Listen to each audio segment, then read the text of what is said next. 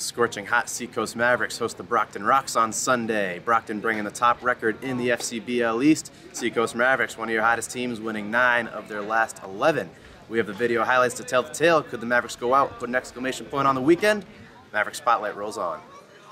We begin with possibly our greatest intro scene of all time. This is Ella, and she announced that she is going to kick Mick the Maverick's butt in a race around the bases. Stops on first to let Mick catch up, but now coming around third with such speed you can't even see her touch the bag.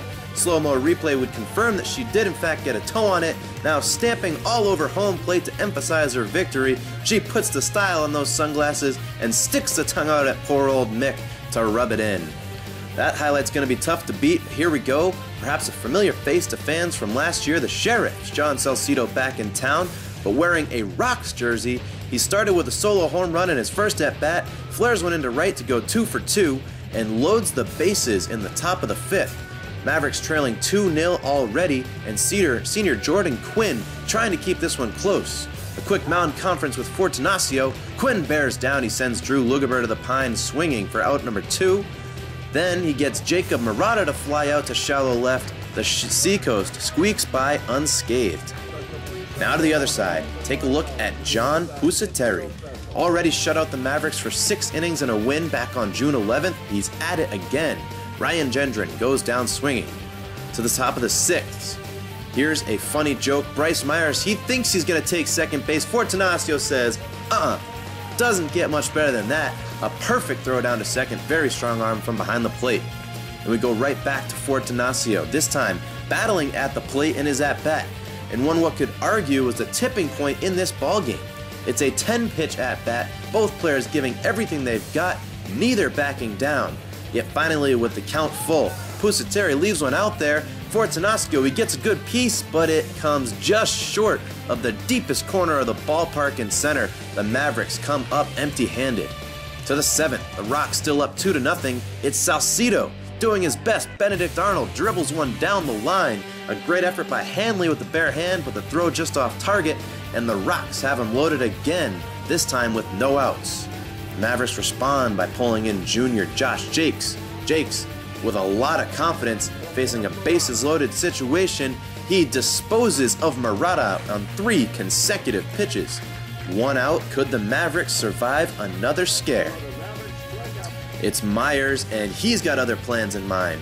A hard single straight up the middle.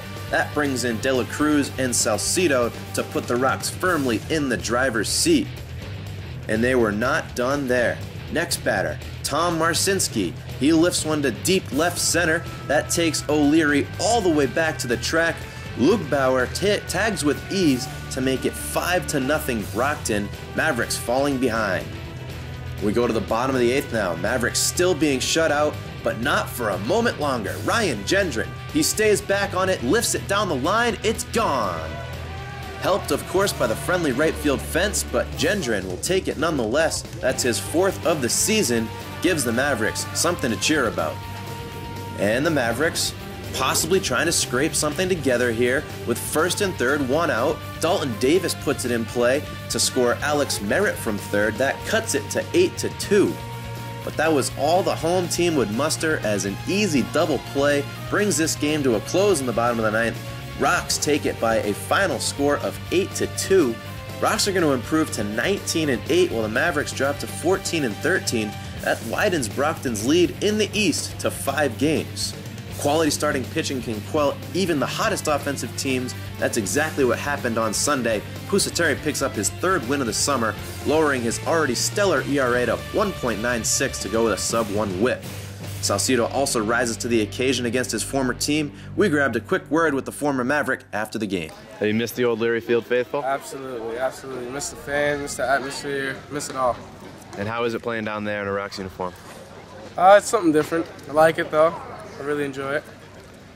I mean, nothing really much I can say about it. And how's it looking with the Mavericks number 2, Rox number 1? Like a little showdown coming down the stretch here in the league?